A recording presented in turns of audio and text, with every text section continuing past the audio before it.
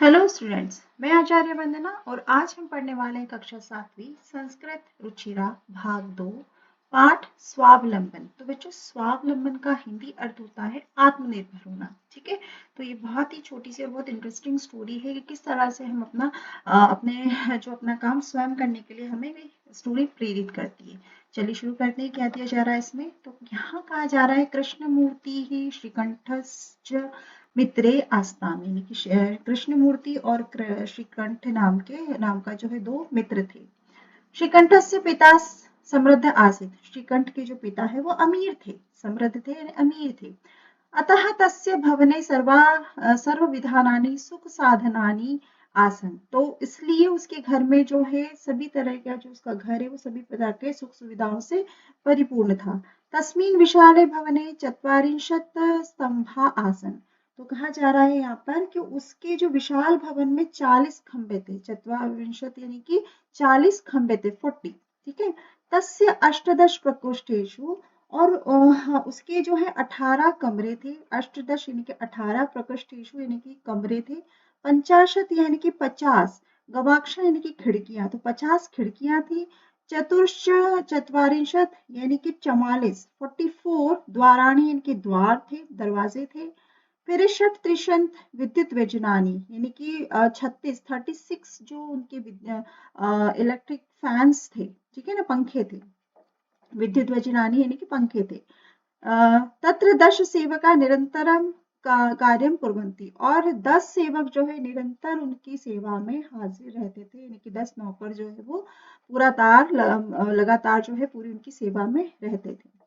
परम कृष्णमूर्ति माता पिता च निर्धनो कृषक दंपति, तो कहा जा रहा है कि लेकिन कृष्णमूर्ति जो है उसके माता पिता बहुत निर्धन थे और कृषक दंपति यानी कि किसान पति पत्नी थे।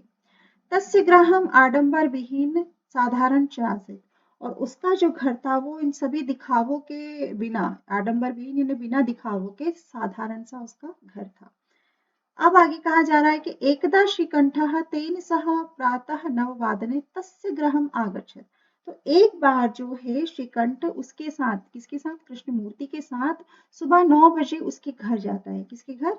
कृष्णमूर्ति के घर जाता है। ठीक है, तो कहा जा रहा है तत्र कृष्णमूर्ति तस्य माता पिता च स्वशक्त्या श्रीकंठस्य आतिथ्यम अकुर्वन्, तो श्री कृष्णमूर्ति जो है उसने अपने माता पिता, उसने और उसके माता पिता ने अपनी शक्ति, अपनी क्षमता के अनुसार श्रीकंठ का अतिथि सत्कार किया। ठीक है, एतत् दृष्ट्वा, यह देखकर श्रीकंठ अकथयत, यह देखकर जो श्रीकंठ है वो बोला, मित्र अहम भवता सत्कारेण संतुष्टोस्मि, कि मैं इतनी ज्यादा तुम्हारी आवाभगत और तुम्हारे इतने सत्कार से मैं बहुत संतुष्ट हुआ हूँ। केवलम इदमेव मव दुखम यत एव तव ग्रहे कोऽपि भृत्य नास्ति, लेकिन मुझे बस इसी बात का दुख है कि तुम्हारे घर कोई नौकर नहीं है। मम सत्काराय भवता बहु कष्टम जातम, मेरे सत्कार में तुम लोगों को बहुत ज्यादा कष्ट उठाना पड़ा। मम गृहे तो बहवः कर्मकरा सन्ति, अब वो आगे कह रहा है कि मेरे घर तो बहुत सारे नौकर हैं, कर्मकरा यानी कि नौकर हैं, मेरे घर तो बहुत सारे नौकर हैं। तदा कृष्णमूर्ति अवदत्, यह सुनकर कृष्णमूर्ति ने कहा, मित्र ममापि अष्टो कर्मकरा सन्ति, कि मेरे पास भी 8 नौकर हैं, कर्मकरा यानी कि मेरे पास भी 8 नौकर हैं। ते च, और वे हैं, है ना, तो वो क्या कह रहा है कि वे हैं, क्या गिना रहा है वो, है ना। यहाँ पर देखिए, बहुत ध्यान से सुनिएगा कि वो क्या गिना रहा है, कि ये कह रहा है कृष्णमूर्ति कि वे हैं ते च 2 पादों यानी कि 2 पैर, 2 हस्तों यानी कि 2 हाथ, द्वे नेत्रों यानी कि 2 नेत्र हैं मेरे, द्वे श्रोते यानी कि 2 कान हैं मेरे, इति, ये सब मिलाकर के अपने शरीर के अंगों को वो कह रहा है कि मेरे जो शरीर के अंग है वही मेरे 8 नौकर है मेरे पास। कौन कौन से नौकर गिना रहा है वो, कि मेरे पास 2 पाँव हैं, 2 हाथ, 2 पादों यानी कि 2 पैर हैं, 2 हस्तों यानी कि 2 हाथ हैं, द्वे नेत्रों यानी कि 2 नेत्र हैं, और 2 श्रोते यानी कि 2 कान हैं। ठीक है, तो ये सब एते प्रशिक्षणम मम सहायक, तो कहा जा रहा है यहाँ पर, वो कह रहे हैं कि ये सदा मेरे अधीन रहते हैं। क्या कह रहे हैं? कि सदा मेरे अधीन रह के कार्य करते हैं, सदा मेरे साथ रहते हैं और मेरे अनुसार कार्य करते हैं। किंतु तव भृत्या सदैव सर्वत्र च उपस्थिता भविन्तु न शत्रुवती।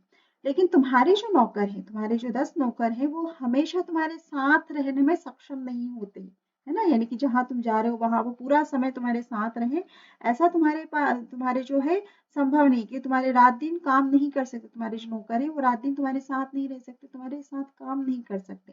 तो त्वं तो सुकार्याय भृत्याधीन। और जब तुम अपने कामों के लिए जो है ना, तुमको जो भी अपने काम करना है वो तुम उसके लिए तुम अपने नौकरों के अधीन हो। यानी कि मेरे जो नौकर हैं, मेरे 2 हाथ पाँव वो सब मेरे अधीन काम करते हैं।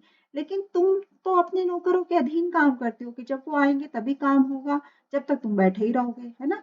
तो कहा जा रहा है कि यदा यदा यदा ते अनुपस्थिता तदा तदा तुम कष्टम अनुभवसी। यानी कि जब-जब तुम्हारे जो 10 नौकर हैं वो अनुपस्थित रहेंगे, तब-तब तुम्हें कष्ट होगा, क्योंकि काम कौन करेगा, है ना? तुम तो उनके अधीन हो, तुम तो करोगे नहीं, ठीक है? तो तुम्हें कष्ट होगा। स्वावलंबने तो सर्वदा सुखमेव। तो कहा जा रहा है यहाँ पर कि स्वावलंबन में यानी कि आत्मनिर्भर में ही सदा सुख है कि हम अपना काम स्वयं करें, हम किसी के अधीन ना रहें, हमें किसी का इंतज़ार ना करना पड़े और अपना काम जो है हम अपने हिसाब से आराम से कर सकें। तो कहा जा रहा है कि स्वावलंबने तो सर्वदा सुखमेव न कदापि कष्टम भवति, कि आत्मनिर्भर होने में हाँ ही सुख है और इससे कभी भी कष्ट नहीं होता। फिर श्रीकंठ अवदत्। श्रीकंठ कह रहा है, मित्र त्वं वचनानि श्रुत्वा मम मनसि महती प्रसन्नता जाता। तो श्रीकंठ कह रहा है कि हे मित्र, तुम्हारे वचनों को सुनकर मेरे मन को बहुत प्रसन्नता हुई कि कितनी अच्छी बात तुमने मुझसे कही है। अधुना अहमपि स्वकार्याणि स्वमेव कर्तुम इच्छामि। अब आगे से मैं भी अपने काम स्वयं ही करूंगा। भवतु सार्धद्वादशवादनं मिदं सम्प्रति अहं गृहं चलामि। तो अब यहाँ पर वो कह रहा है कि अच्छा 12:30 बज गए, सार्धद्वादशवादनम यानी कि 12:30 बज चुके हैं, 12:30 हो चुका है।